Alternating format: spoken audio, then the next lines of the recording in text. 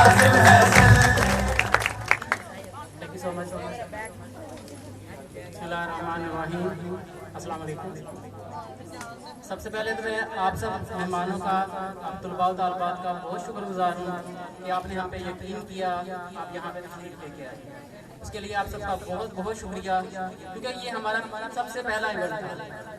इसको ऑर्गेनाइज करना तो एक अलहदा बात है, लेकिन स्टूडेंट्स को अपनी तरफ अट्रैक्ट कर लेना, अपनी तरफ लेके आना, अपनी तरफ राग़िब करना, ये हमारी बहुत बड़ी कामयाबी है। और इसकी सबसे बड़ी वजह क्या है? आप सब, ठीक है। तो इसलिए मैं आप लोगों का बहुत शुक्रगुजार हूँ कि आप सब यहाँ पे तशरीफ लाए। इसके साथ साथ मैं अपनी पूरी टीम का भी बहुत शुक्रिया अदा करता हूँ कि आपने इस इवेंट को ऑर्गेनाइज करने में हमारी पूरी मदद की। हमें जहाँ जहाँ से भी असिस्टेंस की ज़रूरत थी, आपने हमें असिस्ट किया। अब मुझे कहा गया था कि आपने बताना है कि आपने ये सारी की सारी जो चीज़ें हैं ये की किस तरह से, आपके पास ये आइडियाज़ कहाँ से आए। तो बात यही है कि मैं जो बहुत एक बैकग्राउंड, जो मतलब मेरी फैमिली का था, वो बहुत लोअर बैकग्राउंड था, ठीक है। जिस तरह से मुख्तार खान साहब ने बात की, सब आपको सब सारी जो चीज़ें आपके सामने उन्होंने बयान किया।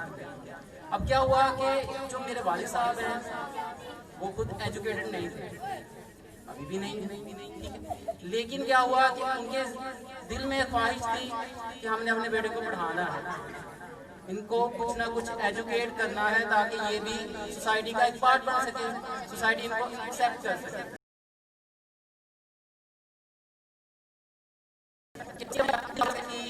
अल्हम्दुलिल्लाह अल्हम्दुलिल्लाह अल्लाह ताला ने हमें भी फिर सआदत बख्शी कि हम उनकी जो कोशिशें हैं, उनकी जो अपने हमारे लिए जो वो कर रहे हैं एफर्ट्स, हम उनको ज़ाया ना करें, हम उन एफर्ट्स को ज़ाया ना करें।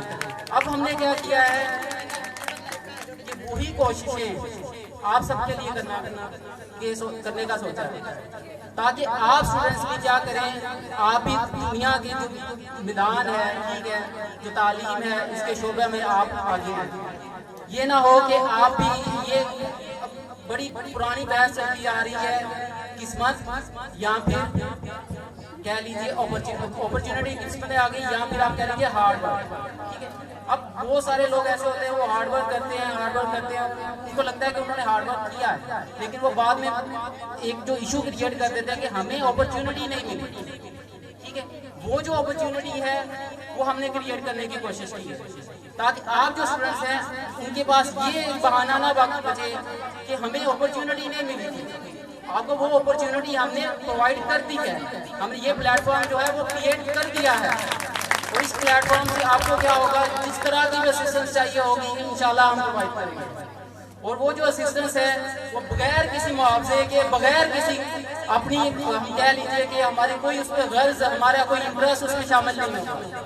उसमें प्योर जो इंटेंशन होगी वो सारी की सारी ये होंगी कि आप लोगों को असिस्ट किया जाए, जिस तरह से भी हम कर सकते हैं करें, ठीक है। अब हुआ क्या कि जब मैंने ये फाउंडेशन कायम करना चाहिए, तो मैं जब अपनी इंजीनियरिंग कंप्लीट करके घर आया, ग्रेजुएट हो चुका था, मैंने सारा कुछ माइंड में प्लान बना चुका था कि मैंने ये सब कुछ करना है, ये सारी चीज़ें मैंने इनको लेके चलना है आगे। अब मैंने क्या कहा कि चलो सबसे पहले ना घर से एक ट्यूशन सेंटर स्टार्ट करते हैं।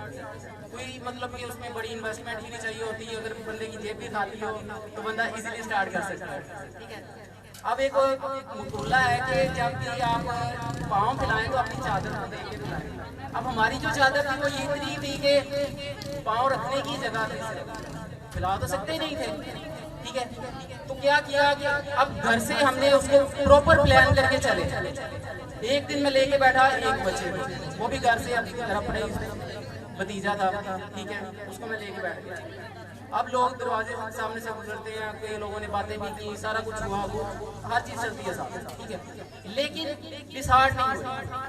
आहिस्ता आहिस्ता क्या हुआ, 1 से 2, 2 से 3, 4 से 5 हमने क्या किया, साथ एक्टिविटीज़ करवाना शुरू कर दी। जिस तरह से कम्युनिकेशन स्किल्स की एक्टिविटीज़ हो गई, उसके साथ साथ हमने कंप्यूटर प्रोग्रामिंग की एक्टिविटीज़ करवाना स्टार्ट कर दी, और ड्राइंग वगैरह इस तरह की हम चीज़ें करवाते हैं। और देखते ही देखते अल्हम्दुलिल्लाह 3 मंथ के अंदर गांव नालीवाला के अंदर मेरे पास ऑलमोस्ट 100 स्टूडेंट्स, ऑलमोस्ट।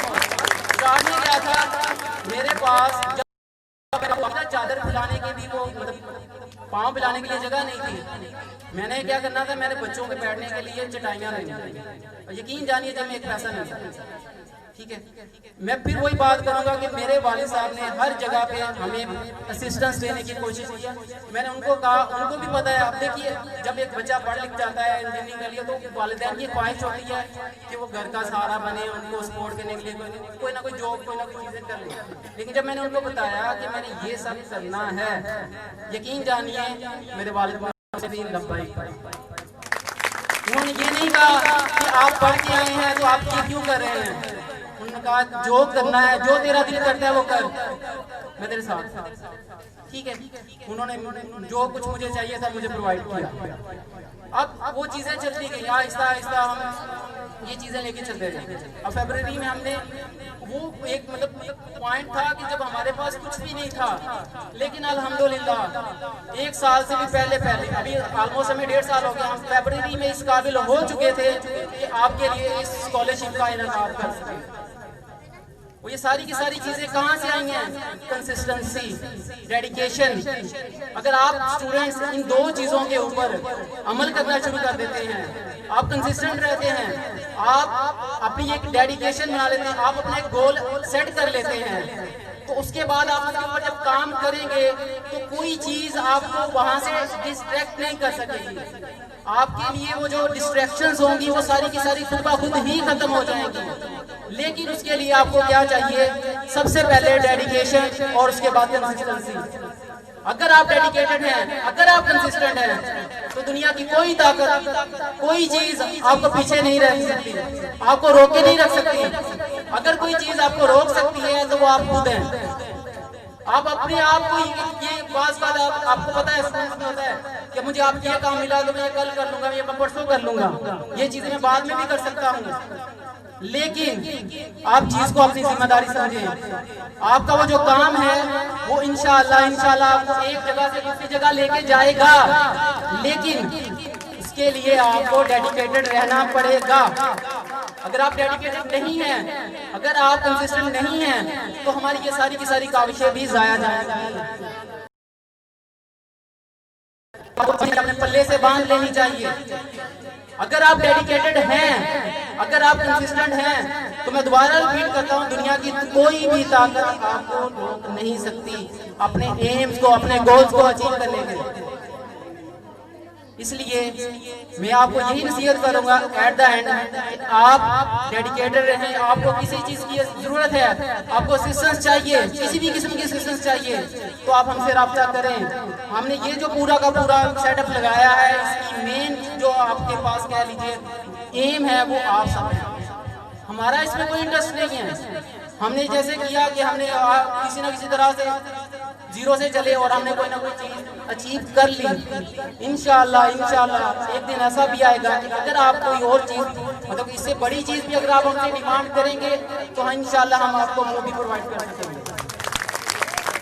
लेकिन इसके लिए आपको क्या करना पड़ेगा? वही 2 बातें हैं, कंसिस्टेंसी और डेडिकेशन। अगर आपके पास ये दोनों चीजें नहीं है, या आप दोनों में से किसी भी चीज में लैग कर गए, तो आप यकीन जानिए आप दुनिया के जो ये मैदान है इसमें कामयाब नहीं हो सकते। आपको ये 2 चीजें अपनाना पड़ेंगी अगर आप कामयाबी चाहते हैं। ये 2 चीजें ऐसी चीजें हैं कि वो आपको कहीं से उठा के कहीं तक लेके जा सकती हैं।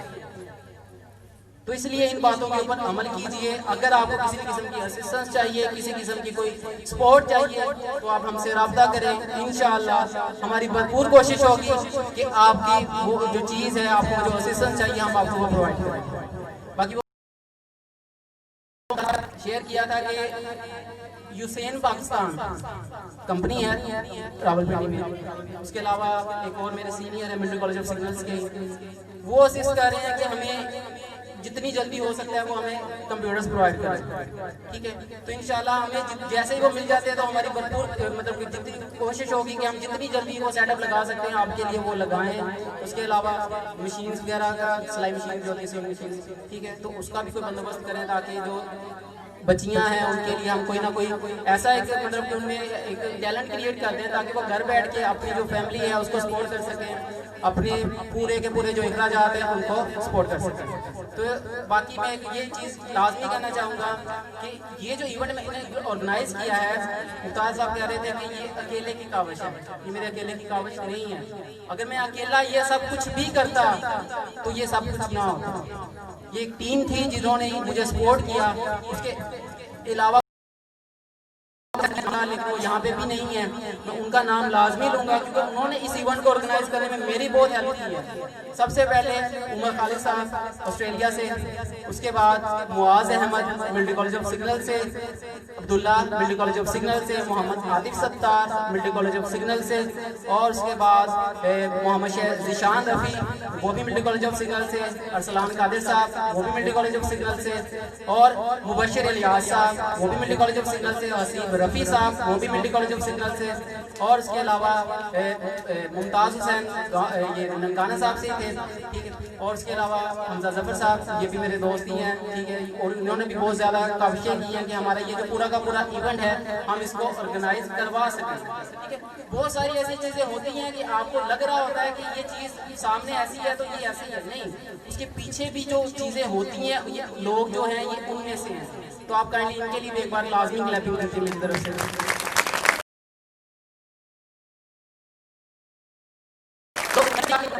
लेकिन इन्होंने दूसरी बात नहीं की, कुछ नहीं कहा, स्टार्ट कर दिया। क्या स्टार्ट किया? सपोर्ट करना। जो मुझे चीज़ की जरूरत थी उन्होंने मुझे प्रोवाइड किया, जहाँ तक वो प्रोवाइड कर सकते थे उन्होंने प्रोवाइड किया।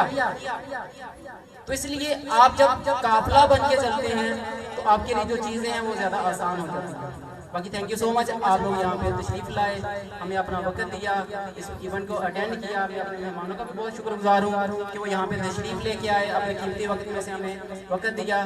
बाकी मैं अभी ये स्टेज जो है वो दोबारा से मुमताज़ साहब के हवाले करता हूँ। सर